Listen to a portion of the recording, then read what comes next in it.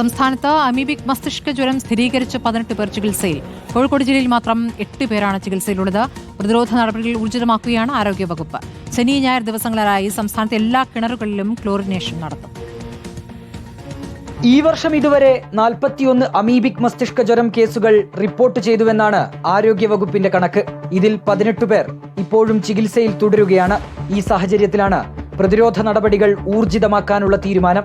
വരുന്ന ശനി ഞായർ ദിവസങ്ങളിൽ സംസ്ഥാനത്തെ എല്ലാ കിണറുകളിലും ക്ലോറിനേഷൻ നടത്തും. സെപ്റ്റംബർ 20 മുതൽ നവംബർ 1 വരെ ജലമാണ് ജീവൻ എന്ന പദ്ധതിയുടെ ഭാഗമായി പൊതുകുളങ്ങൾ, ജലസ്രോതസ്സുകൾ എന്നിവയും ശുദ്ധീകരിക്കും.